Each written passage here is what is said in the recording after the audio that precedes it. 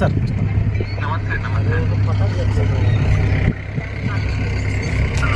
Hello sir చెప్పండి sir. ఇందాక మీరు లోన్లో ఉన్నామన్నారు సార్. నేను Ramesh Kumar sir, BJP state executive. అదే సార్, ఇప్పుడు సర్వే నెంబర్ 2లో ఇక్కడ బైపాస్ రోడ్ కానుకున్నటువంటి ల్యాండ్లో టోటల్గా దాదాపుగా 1.5-2 ఎకరాల మట్టి తవ్వకం జరిగింది. దీనికి ఎలాంటి పర్మిషన్స్ లేకుండానే ఇది జరిగింది. ఎంఆర్ఓ గారికి మేము అడిగినాము, అయితే కాన్సెంట్ ఇస్తా అన్నారు. అయితే మైనింగ్ వాళ్ళ నుంచి పర్మిషన్ ఇంకా రాలేదని చెప్తున్నారు కాంట్రాక్టర్.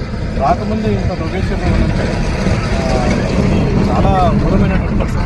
ఇంతకుముందు కూడా చెప్తున్నారు. ఇది తాండూరు అంతరం లిమిట్స్లో ఉన్నాం సార్.